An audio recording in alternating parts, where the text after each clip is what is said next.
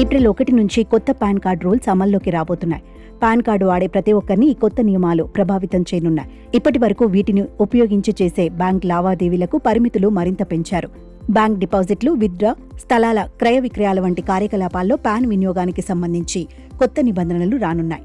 అవేంటో చూద్దాం. ఇప్పటి వరకు ఒక రోజులో ఏదైనా బ్యాంకులో 50,000 కంటే ఎక్కువ విత్డ్రా చేయాలన్నా లేదా డిపాజిట్ చేయాలన్నా పాన్ కార్డ్ సమర్పించాల్సి వచ్చేది.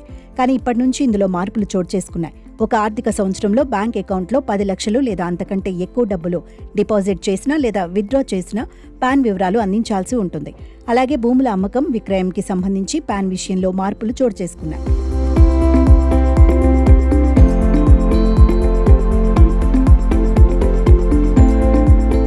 ఇక నుంచి ఇళ్లు లేదా స్థలాలు కొనుగోళ్లకు సంబంధించి 20 లక్షలకు మించి లావాదేవీలు జరిగితే పాన్ సమర్పించాలి. ఇక బహుమతి, ఉమ్మడి డెవలప్మెంట్ ఒప్పందాల లావాదేవీలకు కూడా అదే పరిమితి వర్తించనుంది.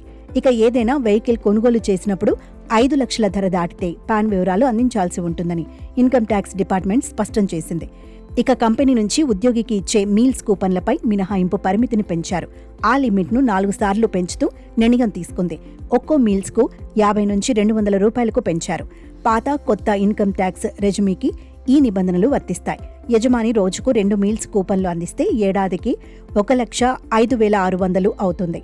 దీంతో ఉద్యోగులు వీటి తర్వాత 1.05 లక్షలకు పైగా ప్రయోజనం పొందవచ్చు. ఇక పిల్లల విద్యా భత్యాన్ని నెలకు 100 నుంచి 3,000 వరకు పెంచారు. గరిష్టంగా 2 పిల్లల వరకు ఈ ప్రయోజనం పొందవచ్చు.